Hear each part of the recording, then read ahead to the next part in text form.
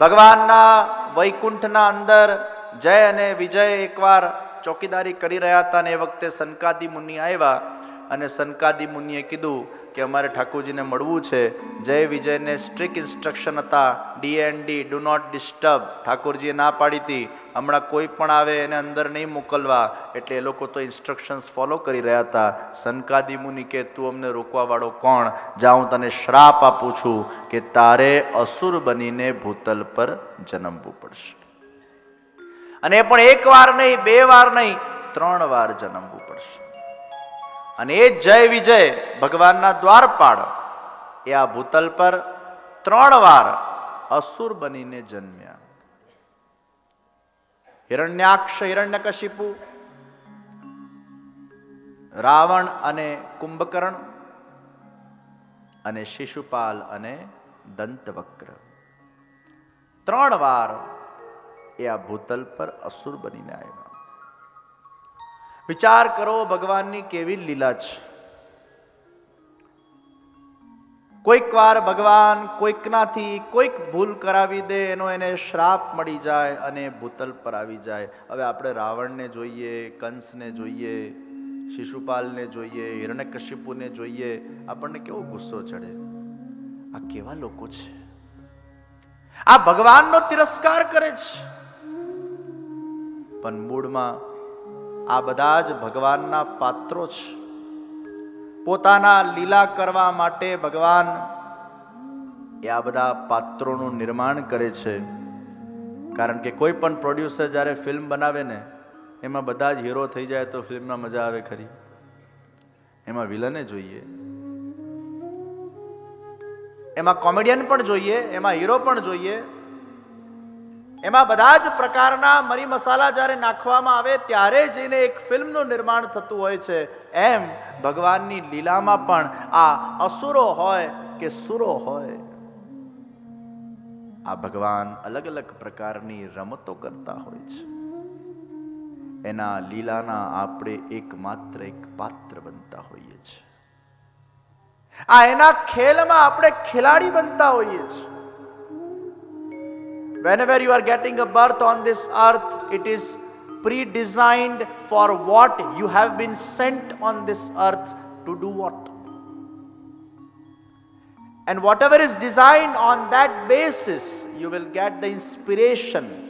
You will develop your interest level. I want to do this or that. If you have become a doctor, it was pre-designed. You will become a doctor. If you become a bhakta, it was pre-designed. You will become a bhakta. અને એટલે જ જે પહેલાથી નક્કી થયેલું પાત્ર છે, એના આધાર પર ભગવાન એના જીવનમાં અમુક સંજોગો ઊભા કરે છે, એને સત્સંગ કે દુસ્સંગ આપે છે, અને એ રીતે એ વ્યક્તિ પોતાના જીવનને જીવતો હોય છે.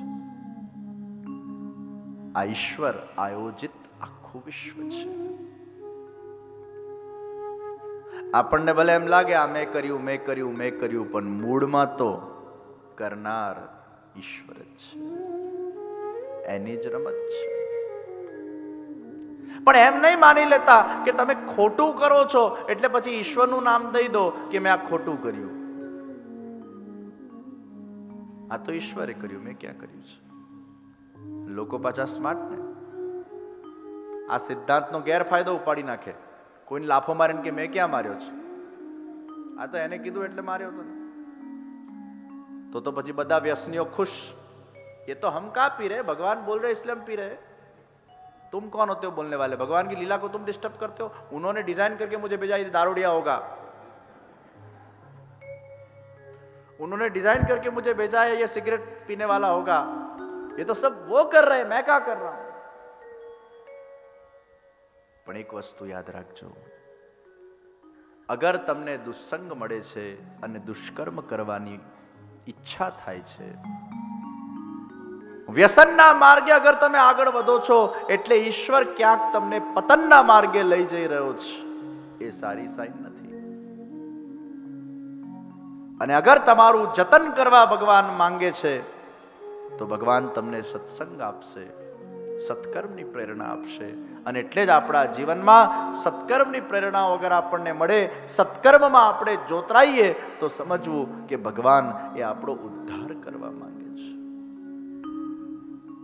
ઘણા એવા લોકો હોય છે જે પોતાની ખરાબ હેબિટ્સથી એટલા કંટાળેલા હોય છે અને ભગવાનને પ્રાર્થના કરતા હોય છે, હે પ્રભુ, મારી આ ખરાબ હેબિટમાંથી મને દૂર કર. આ સજ્જનો હોય છે, એનામાં અવેરનેસ છે કે આઈ એમ ડુઈંગ સમથિંગ રોંગ. જે દુર્જન છે એમાં અવેરનેસ જ નથી કે આઈ એમ ડુઈંગ સમથિંગ રોંગ.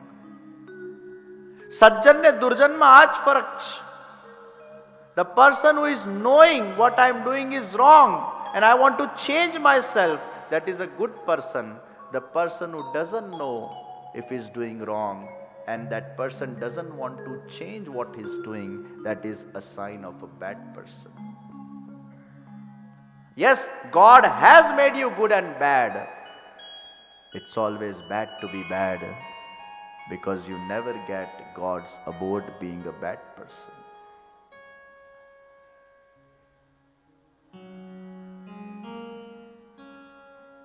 રાષ્ટ્રપતિ પાસે એ સત્તા છે કે ફાંસી માફ કરી શકે છે.